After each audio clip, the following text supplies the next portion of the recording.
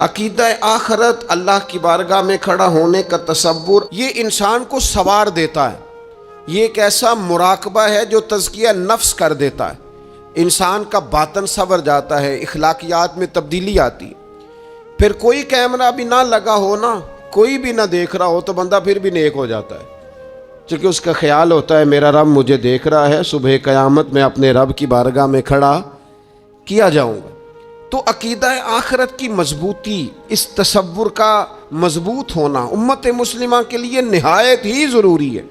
آپ دیکھیے قرآن مجید فرقان حمید ہماری توجہ دلاتا ہے، اور سورۃ القیامہ کے اندر اللہ کریم نے ارشاد فرمایا ایحسب الانسان، کیا آدمی اس گھمنڈ میں ہے، کیا انسان کا یہ خیال ہے ان یترک سدی، کہ اسے آزاد چھوڑ دیا جائے گا، اس سے پوچھا نہیں جائے گا؟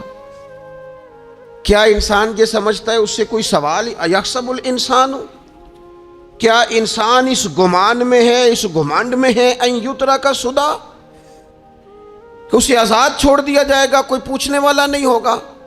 اسے آزاد نہیں چھوڑا جائے گا، اس پر پابندیاں ہیں، اس پر کچھ قیود ہیں، اسے کچھ حدود بتائی گئی ہیں، اسے ایک دائرہ کار دیا گیا ہے، اسے بتایا گیا ہے کہ یہ حلال ہے، یہ حرام ہے، یہ تیرے لیے جائز ہے، یہ تیرے لیے جائز نہیں ہے۔ اس چیز کی حد تک تو آگے بڑھ سکتا ہے، یہاں سے اس لائن کو تو کراس نہیں کر سکتا۔ اس پر پابندیاں ہیں، ان پابندیوں کے بیچ رہ کے وہ زندگی گزارے گا۔ اور یہ بھی یاد رکھے، یہ آیت ایک دوسرا معنی یہ دیتی ہے کہ یہ مت سمجھے کہ صبح قیامت اسے چھوڑ دیا جائے گا، اس سے پوچھا جائے گا، اس سے سوال کیا جائے گا۔ اللہ کی بارگاہ میں جب یہ کھڑا ہوگا تو اسے اپنے اعمال کا حساب دینا ہو۔ لازمی طور پر ایک عدالت صبح قیامت لگے گی، جس عدالت میں مجرم پیش ہوں گے، انہیں اپنے جرموں کا حساب دینا ہے، ظالموں کو کھڑا کیا جائے گا، ان سے ان کے ظلم کے بارے میں باز پرس ہوگی۔ تو لازمی طور پر عقیدہ آخرت کی مضبوطی انسان کو مضبوط کرتی، اس کے اعمال پر پیرے بیٹھ جاتے ہیں، وہ پھونک پھونک کر قدم رکھتا ہے، سوچ کر جملے بولتا ہے، وہ کوئی بھی معاملہ کرتا ہے تو اس میں اس کا خیال ہوتا ہے کہ میں نے دنیا سے چلے جانا ہے، میرے پاس پتہ نہیں کتنا وقت بچا ہے، لہٰذا مجھے آخرت میں پیش ہونا ہے اپنے معاملات کی آسانی کے لیے، وہاں کی آسانی کے لیے میں یہاں تھوڑا سوچ سمجھ کے چلوں۔ رب فرماتا ہے تجھے ایسے ہی آزاد نہیں چھوڑا جائے گا، آزاد پنچھیوں جیسی زندگی نہ گزار، صبح قیامت کے معاملات کو پیش نظر رکھ، اس پر غور کر۔ یہ تصور گھر کے باہر بھی پورا مضبوط ہونا چاہیے اور گھر کے اندر بھی پورا مضبوط ہونا چاہیے۔ انسان اپنے مالک سے ڈرے اور قیامت کے دن اس کی بارگاہ میں حاضری کا یقین رکھے، اور وہ یاد رکھے کہ یہاں جو کچھ، وہ دیکھے نا، بچوں کو استاد پڑھاتا ہے، محنت کراتا ہے، اگر بچے نہیں پڑھتے تو ڈانٹتا بھی ہے، سمجھاتا بھی ہے، قائل بھی کرتا ہے، اور جب وہ آخری بات کرتا ہے تو پھر وہ پتہ کیا کہتا ہے؟ چلو ٹھیک ہے، اگر نہ پڑھو گے تو امتحان تو آنا ہی ہے نا، رزلٹ تو آنا ہے، پیپر میں بیٹھو گے نہیں آئے گا، فیل ہو جاؤ گے۔ یہ لاسٹ پر یہ بات ضرور ہوتی ہے، اور یہ امتحان دینے کا تصور اور امتحانی سینٹر میں جانے کا خیال طالب علم کو مجبور کرتا ہے کہ میں اسباق تیار کروں، میں بار بار اس پر غور کروں، میں کتاب کو سمجھوں، میں اس کو حل کروں چیزوں کو، تاکہ جب میں مرکز میں جاؤں پرچہ دینے کے لیے امتحانی سینٹر میں تو پھر مجھے پریشانی کوئی نہ ہو۔ بس سمجھانے کے لیے بات عرض ہے کہ یہاں لوگوں کو بتایا جاتا ہے، قائل کیا جاتا ہے، یہ حلال ہے، یہ حرام ہے، یہ تیرے لیے ٹھیک نہیں ہے، یہ تیری حدود ہیں، یہ تیرے قیود ہیں، یہ تیرا دائرہ کار ہے۔ لیکن اگر پھر بھی کوئی بندہ باز نہ آئے، پھر بھی کوئی شخص باز نہ آئے، تو پھر اس کو کہا جائے گا صبح قیامت اللہ خود حساب لے لے گا، پھر تجھے مالک اپنے سامنے کھڑا کرے گا، ثم لتسألن یومئذ عن النعیم، پھر وہ تجھ سے ایک ایک نعمت کے بارے میں سوال کر لے گا، پھر تجھے جواب دینا ہوگا۔ تو اس تصور کو اپنی زندگی میں لاگو کریں کہ ہم نے مرنا ہے، اللہ کی بارگاہ میں جان، اس تصور کو پوری طور پر طاری کریں اپنے ذہنوں میں۔ یہ جو رسمی سی بات ہے نا، پتہ نہیں کب چلے جانا ہے، جو جانے والے ہوتے ہیں ان کی کوئی تیاری بھی ہوتی ہے، جن کو پتہ ہوتا ہے نا، وہ رمضان المبارک میں نا کئی دفعہ ایسا ہوتا ہے کہ ٹکٹیں نہیں مل رہی ہوتی اور عمرے کے ویزے لگ چکے ہوتے ہیں تو ایجنٹ کہہ دیتے ہیں جانے والوں کو کہ تیاری رکھنا، کسی وقت بھی میرا فون آ جائے گا. تو لوگوں نے بیگ باندھ لیے ہوتے ہیں، سامان تیار کر لیا ہوتا ہے، سارے انتظامات کر کے رکھے. کیوں؟ کہ پتہ نہیں کس وقت بلاوا آ جائے گا. تو روز کہتا ہے پتہ نہیں اللہ کی جانب سے کس وقت بلاوا آ جائے گا. پھر اپنی تیاری بھی تو یار کچھ بتانا، میں بھی بتاؤں آپ بھی بتائیں. پھر ہم اپنے آپ سے یہ بھی تو سوال کریں نا کہ جہاں اچانک جانا پڑے اس کے لیے تیاری ہوتی ہے. ہماری تیاری کیا ہے اگر اچانک جانے پڑے اس کی بارگاہ میں؟ کیا تیاری؟ روز دیکھ رہے ہیں نا، کچھ لوگ روڈ پہ چڑھے تھے پہنچ نہیں سکے، ہاسپٹل گئے تھے پہنچ نہیں سکے، کچھ لوگ کسی فیلڈ میں کام کر رہے تھے ڈگری نہیں مل سکی، جا ہی نہیں سکے، وقت آ گیا. تو اگر وہ ٹائم آ جاتا ہے اس کی بارگاہ میں حاضر ہونا پڑ جاتا ہے. تیاری کیا ہے؟ نبی پاک علیہ الصلوۃ والسلام گھر کے اندر اپنے گھر والوں کی تربیت کے لیے اور تعلیم امت کے لیے ایک دعا مانگتے تھے. حضرت عائشہ صدیقہ کہتی ہیں حضور دعا مانگتے تھے، مشکات میں موجود ہے. کیا دعا تھی؟ اللہم حاسبنی حسابا یسیرا، اے اللہ ذرا حساب آسان کر کے لینا. یہ حضور تعلیم امت کے لیے دعا مانگتے، اللہ حساب ذرا آسان کر کے لیجیے اور مالک کرم فرمانا. حضرت عائشہ صدیقہ رضی اللہ تعالیٰ عنہ ارشاد فرماتی ہے میں نے عرض کیا یا رسول اللہ صلی اللہ تعالیٰ علیہ وسلم یہ آسان حساب کا کیا مطلب ہے؟ تو حضور فرمانے لگے عائشہ آسان حساب کا مطلب یہ ہے کہ رب کریم بندے کے نامہ اعمال پر نظر ڈالے گا اور پھر اللہ تبارک و تعالیٰ اس سے درگزر فرما دے گا. یہ آسان حساب ہے. پتہ مالک کو ہے اس نے کیا کیا ہے، پر کریم ہے نا. عدل کریں تے تھر تھر کمبن، اچیاں شانہ والے تے جے فضل کریں تے پھر بخشے جامن میرے جے منہ کالے. نظر کرے گا پھر معاف فرما دے گا. اور حضور فرماتے عائشہ یاد رکھو جس سے اس نے حساب لیا وہ پھر بڑی مشکل میں آ جائے گا، اس کے لیے مشکل ہو. اللہم حاسبنی حسابا یسیرا، اے اللہ تو حساب ذرا آسان کر کے لینا، ذرا آسان کر کے. یہ تعلیم امت کے لیے کہ امت کے دل میں خیال پیدا ہو کہ حساب دینا ہے، تو نے حساب دینا ہے، تو نے اپنے مال کا حساب دینا ہے، تو نے اپنے لفظوں کا حساب دینا ہے، تو نے معاملات کا حساب دینا ہے. تو جس کرسی پہ بیٹھا ہے، تو کلرک ہے یا صدر ہے، تو نے اپنی اس نشست کا حساب دینا. تو استاد ہے یا پیر طریقت ہے، تو مؤذن ہے یا خطیب ہے، تو جو بھی ہے تو نے حساب دینا ہے. تجھے تیرے منصب کے بارے میں پوچھا جائے گا، تجھے تیرے عہدے کے بارے میں پوچھا جائے گا، تجھے اپنی ذمہ داریوں کے بارے میں حساب دینا. اللہ کی بارگاہ میں تمہیں جا کے بتانا ہے کہ تم نے کیا اعمال کی. اس تصور کو پکا کریں اپنی. یہ تصور کتنا کو پکا ہونا چاہیے. دنیا کیا ہے اور آخرت کیا ہے.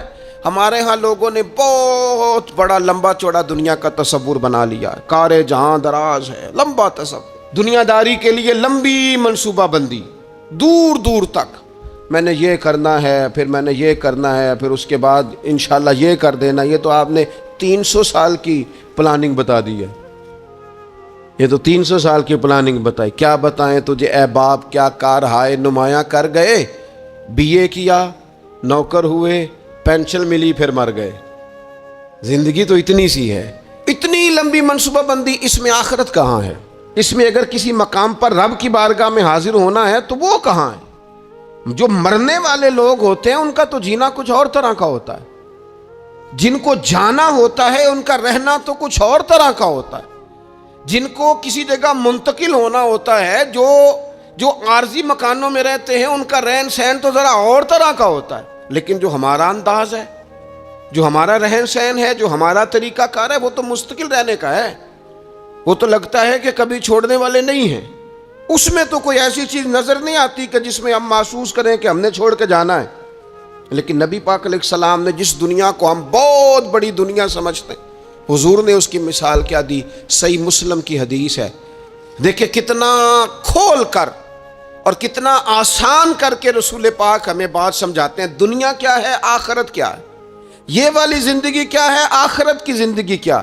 بالکل کھول کر واضح کر کے نبی پاک علیہ الصلوۃ والسلام فرمانے لگے دنیا اور آخرت کی مثال اس طرح ہے جس طرح دریا بہ رہا ہو اور کوئی آدمی اس میں انگلی ڈبوئے، جتنا پانی اس کی انگلی کو لگ گیا یہ دنیا ہے، اور جو باقی ٹھاٹھے مارتا دریا پیچھے ہے، سمندر پیچھے ہے، وہ سارا آخرت ہے۔ یہ اتنی سی دنیا ہے، یہ صحیح مسلم میں موجود ہے۔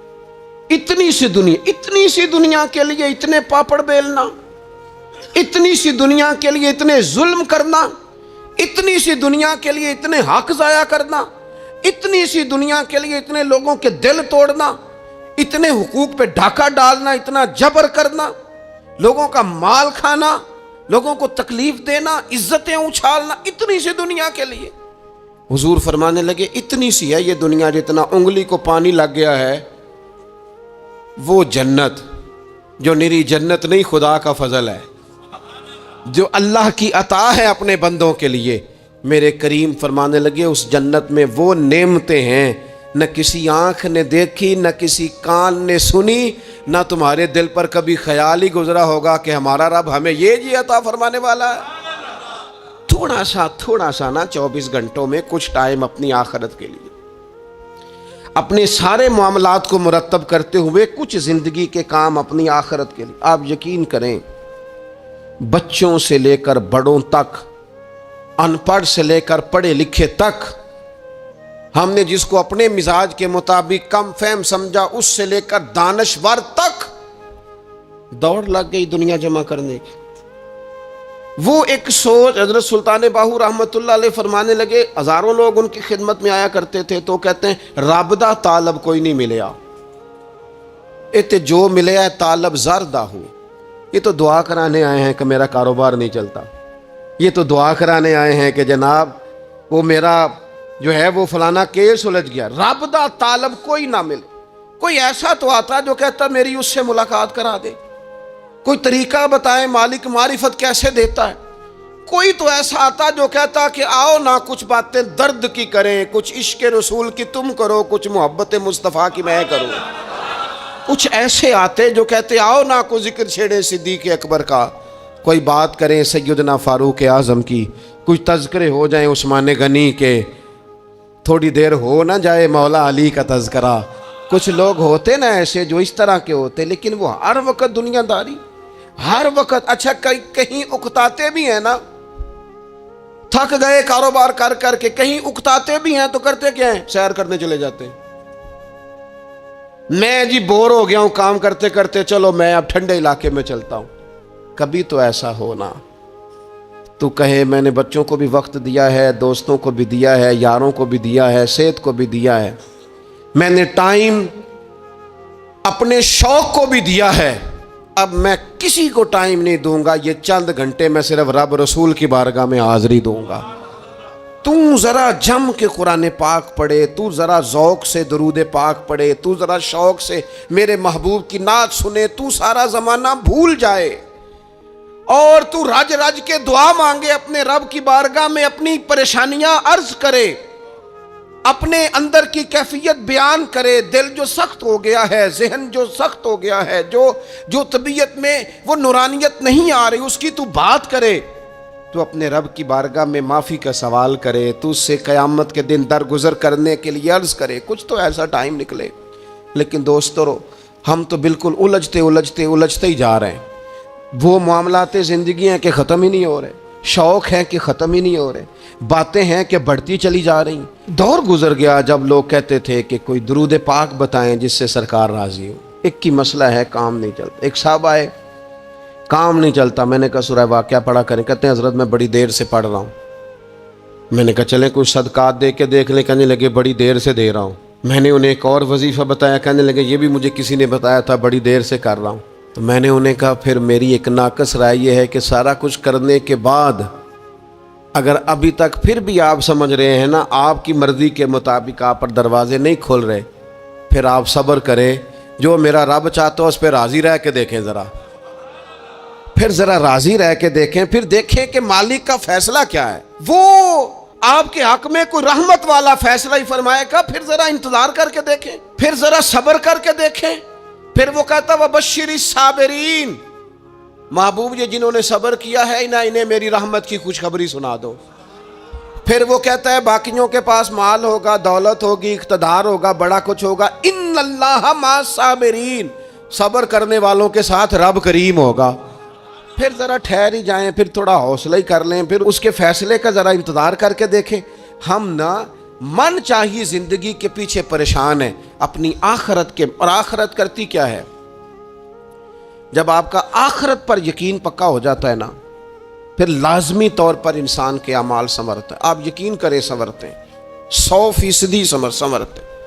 آپ آخرت پر جتنا جتنا یقین، حضرت عمر کا آخرت پر یقین پکا تھا نا، دنیا میں مکان ہی کوئی نہیں بنایا، پکا تھا۔ سیدنا مولا علی شیر خدا امیر المومنین بھی ہو گئے تو طامت پھر بھی پھٹی ہوئی تھی، پکا یقین تھا نا کہ اللہ نے ہمارے لیے آگے بڑی نعمتیں تیار کی ہوئی ہیں۔ حضور نے آ کے فرمایا تھا نا کہ عمر میں تیرا گھر دیکھ آیا ہوں جنت میں، یقین پکا تھا نا بڑا کچھ ملنے والا ہے۔ تو جن لوگوں کا پکا ہونا کہ میرا دیس میں گھر ہے، وہ پردیس میں بلڈنگیں نہیں بنایا کرتے، ان کو پتا تھا کہ ہمارے دیس میں گھر بنے ہوئے ہیں، لہٰذا یہاں وہ کسی پریشانی کا شکار۔ اور دوسرا، جب بندے کا آخرت پر یقین پکا ہو جاتا ہے نا، ایک بات آپ نے ضرور ذہن میں رکھنی ہے۔ ہمارے محدثین نے لکھا ہے جس بندے کا صرف دنیا داری میں جینے کا مزاج ہو جاتا ہے نا، وہ بزدل ہو جاتا ہے، اور جس کا خیال ہوتا ہے نا زندگی عارضی ہے، صبح قیامت دوبارہ اٹھوں گا، وہ بندہ بہادر ہو جاتا ہے۔ جس کا خیال ہے نا یہی کچھ ہے، کھا لو پی لو بس، یہ زندگی ختم ہو گئی تو ختم ہو گئی، مر گئے تو مر گئے، ختم ہو گئے، فنا ہو گئے، ان لوگوں کا مزاج بزدلانہ ہو جاتا ہے، جرت مند نہیں رہتے۔ اور جن کا یہ خیال ہوتا ہے نا مرنے کے بعد بھی اٹھنا ہے، ایک نئی زندگی اللہ عطا کرے گا، وہ لوگ پھر موت سے گھبراتے نہیں، انہیں مرنے سے ڈر نہیں لگتا۔ پھر موت کا لفظ کوئی بندہ سنا کہ انہیں بلیک میل نہیں کر سکتا، وہ بندے طاقتور ہو جاتے، باہمت ہو جاتے۔ حضرت جابر بن عبداللہ فرماتے ہیں، بخاری میں حدیث ہے، فرماتے ہیں ایک احد والے دن ایک صحابی کھجور کھا رہے تھے، تو کھجور کھاتے کھاتے انہوں نے نبی پاک صلی اللہ تعالی علیہ وسلم کی خدمت میں عرض کی، حضور اگر میں آج شہید ہو جاؤں تو کہاں جاؤں گا؟ تو محبوب فرمانے لگے، میرا رب اپنے فضل سے تجھے جنت عطا کرے گا۔ حضرت جابر ابن عبداللہ رضی اللہ تعالیٰ عنہ فرماتے ہیں اس بندے نے کیا کیا، اس نے نا کھجور جتنی کھا لی تھی کھا لی، باقی نکال دی منہ سے، تلوار لی، میدان میں گئے، شہید ہو گئے۔ سبق ہمیں کیا دیا؟ کہنے لگے جب مرتے ہی اللہ تعالیٰ جنت عطا کرے گا، پھر کھجور کھاتے کھاتے رہنے والی دیر بھی کیوں کرنی ہے؟ پھر چھوڑو، جنت میں جا کے اللہ کے دیے ہوئے انعام کھائیں گے۔ کھجور کھانے کی بھی دیر برداشت نہیں کی۔ یہ آخرت کا اجر، آخرت میں رب کی بارگاہ میں کھڑے ہونے کا تصور بندے کو طاقتور کر دیتا۔ وہ بزدل، اقبال کیا کہتے ہیں؟ اقبال کہتے ہیں موت کو سمجھے ہیں غافل اختتام زندگی، یہ ہے شام زندگی، پھر صبح دوام زندگی۔ اور حضرت بلے شاہ بھی بول پڑے، وہ کہنے لگے عرش فرشتے بانگاں ملیاں مکے پہ گیا شور، بلے شاہ آسان نہیں ہوں مرنا، یہ تے مر گیا ہی کوئی اور، یہ تو کسی اور۔ پھر ایک اور درویش بولے، وہ کہنے لگے وارث شاہ او کدو مر دے، وارث شاہ او کدو مر دے جنہ کیتیاں نیک کمائیاں نے۔ وہ تو اللہ کی بارگاہ میں انعام پاتے ہیں، ایک پل ہے موت، اس پل سے گزرتے ہیں، پھر رب کا فضل انہیں ملتا ہے۔ میں کئی دفعہ کہہ چکا ہوں، پھر کہتا ہوں، یہ جب بہت ٹینشن بن گئی نا، ڈپریشن بہت بڑھ گیا، کووڈ-19 کے دن تھے، کرونا کے، تو مجھے ایک سرکاری ادارے میں بلایا گیا جہاں اس عملے کو میں نے گفتگو کرنی تھی، اس عملے سے جو مریضوں کو دیکھ رہا تھا۔ کہنے لگے مجھے وہاں کے جو ہیڈ تھے، کہنے لگے پیر صاحب بڑا ڈپریشن بڑا ہے، لوگ ڈر رہے ہیں، وقتی طور پہ خوف بھی بڑا تھا۔ تو میں نے ایک صاحب سے وہاں کہا کہ اتنا خوف کس بات کا؟ کہنے لگے جی مجھے تو زیادہ ہجوم آ جائے تو میرا سانس نہیں نکلتا، تو قبر میں تو کھڑکی کوئی نہیں، تو تصور سوچ سوچ کے میں ڈرتا ہوں۔ تو میں نے کہا ڈاکٹر صاحب، ماں کے پیٹ میں جو رب آکسیجن دیتا ہے وہ قبر میں بھی دے گا۔ تو انہوں نے آپ کی طرح سبحان اللہ نہیں کی، کیونکہ وہ ڈاکٹر صاحب تھے نا، سیانے بندے کو سمجھانا بھی کافی سیانے بندے کا کام ہے، وہ زیادہ سیانے تھے۔ لیکن نا سوتے کو جگانا تو کام ہے، اور اگر جاگتے کو جگانا پڑ جائے تو بہت مشکل کام ہوتا ہے۔ وہ ڈاکٹر صاحب تھے، وہ کہنے لگے جی حضرت صاحب وہ تو ماں سانس لیتی ہے تو وہ بچے کو جاتا ہے، وہ آکسیجن ماں کے سانس کی بنیاد پہ ملتی ہے، تو قبر میں وہ کیسے ہوگا؟ میں نے کہا چلیں ٹھیک ہے ڈاکٹر صاحب، آپ کی یہ دلیل بھی مان لیتے ہیں، وہ جو انڈے سے بچہ نکلتا ہے وہ چاروں جانب کوئی سوراخ ہوتا ہے؟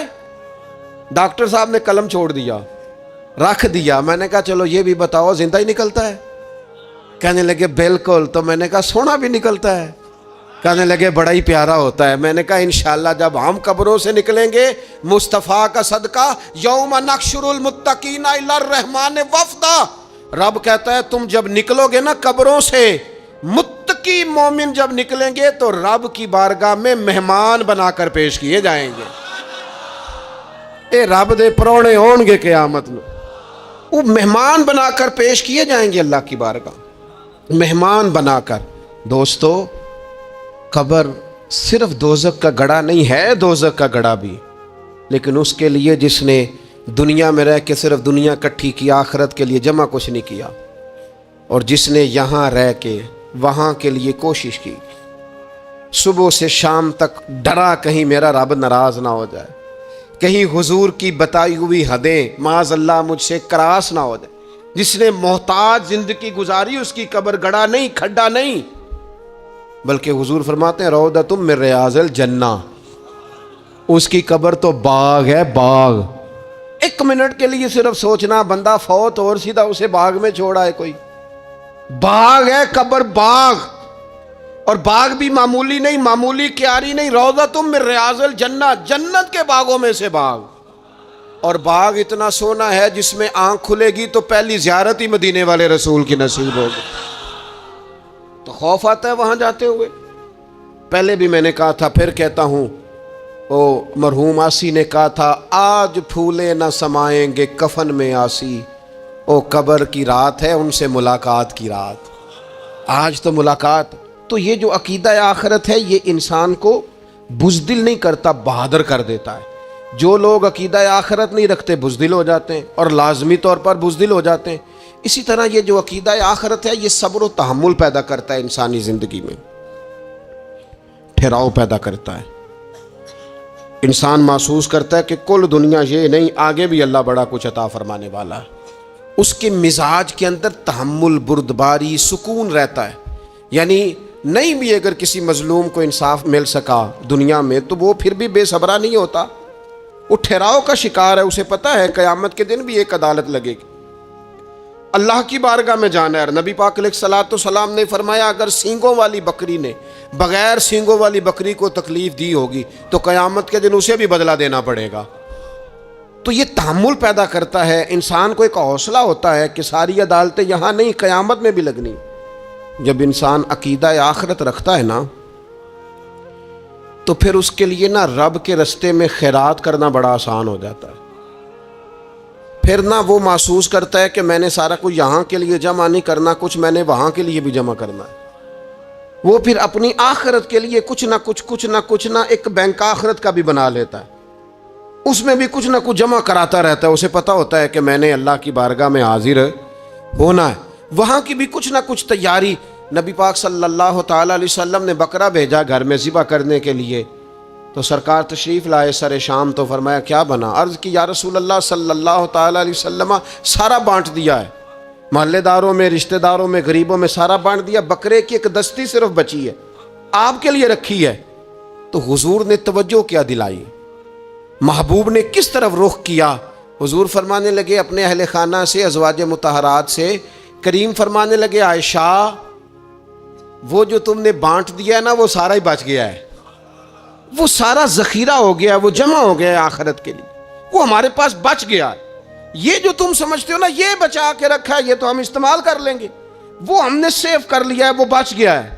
حضرت ابو ذر غفاری رضی اللہ تعالیٰ عنہ اپنے خادم سے کہنے لگے کہ مجھے پتہ چلا ہے یہاں فلاں جگہ کچھ غریب لوگ آئے ہیں، تو اس طرح کرنا جو اچھا اونٹ ہے نا میرے اونٹوں میں سے اچھا اونٹ وہ ذبح کر کے نا تو ان سارے گھروں میں تقسیم کر دو، جتنا گوشت وہاں بھیجو گے اتنا ہی میرے گھر میں بھی بھیج دینا۔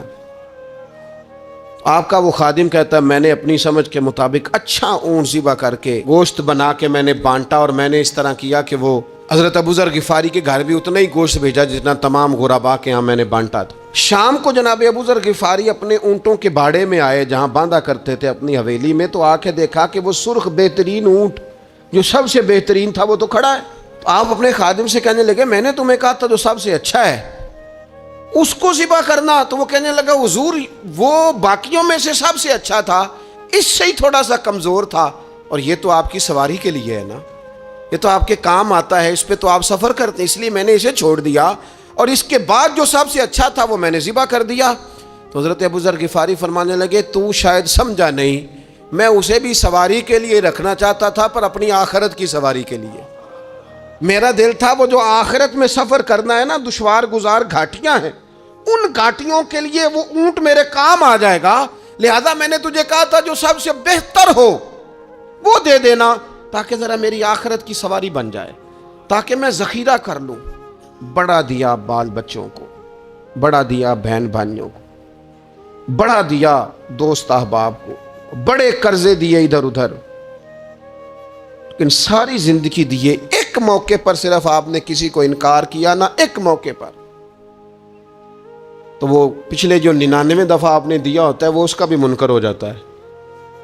وہ کہتا ہے تو نے کدی کام ہی نہیں آیا، وہ تو نے تو میری امید ہی توڑ دی۔ وہ سارے شکوے، ساری زندگی کہاں خرچ کر دی بلا، کس مقام پر؟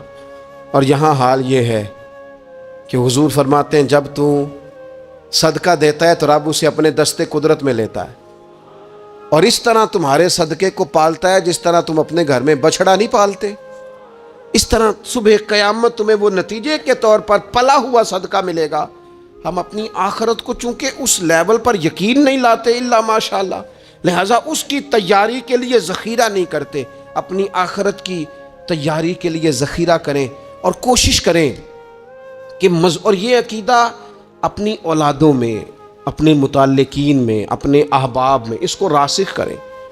کوئی نہ کوئی بات عقیدہ آخرت کی، قیامت کی ضرور اس کا تذکرہ کریں، ان باتوں کو اپنی زندگی کا حصہ بنائیں۔ اگر عقیدہ آخرت نہ ہو تو دنیا کی ساری چیزیں ویسے ہی لوگوں کو عجیب لگنے لگ جائیں۔ اگر کوئی قیامت ہی قائم نہ ہو تو مظلوم رہ گیا، ظالم نے تو پھر ظلم ہی کمایا، وہ تو پھر دندناتا پھرے گا۔ تو رب کہتا ہے اَيَحْسَبُ الْإِنسَانُ أَن يُتْرَكَ سُدًى، کیا انسان سمجھتا ہے کہ اسے یوں ہی چھوڑ دیا جائے گا، کوئی اسے آزاد ہی چھوڑ دیا جائے گا، کچھ پوچھا ہی نہیں جائے گا؟ صبح قیامت سوال ہوں گے، رب کی بارگاہ میں حاضری ہوگی، اللہ کے حضور سوالات کے جواب دینے ہوں گے۔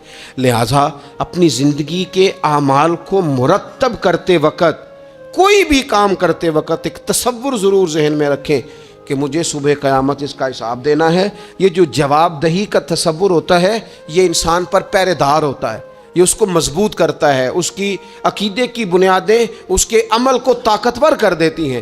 لہٰذا عقیدہ آخرت اپنے بچوں میں، آنے والی نسلوں میں، آپ دیکھیں حضور نے یہ عقیدہ آخرت مضبوط کر دیا تھا نا، تو پھر سیدہ فاطمہ الزہرا نے کچے مکان میں ساری زندگی گزار دی۔ پھر محبوب پاک نے دیکھا کہ وہ اونٹ کے بالوں کی بنی ہوئی چادر اوڑھ کے چکی پیس رہی ہیں، تو محبوب نے یہ نہیں فرمایا کہ اللہ آسانی کر دے گا، اچھا وقت آ جائے گا تو فکر نہ کرنا، یہ مشکل نہ۔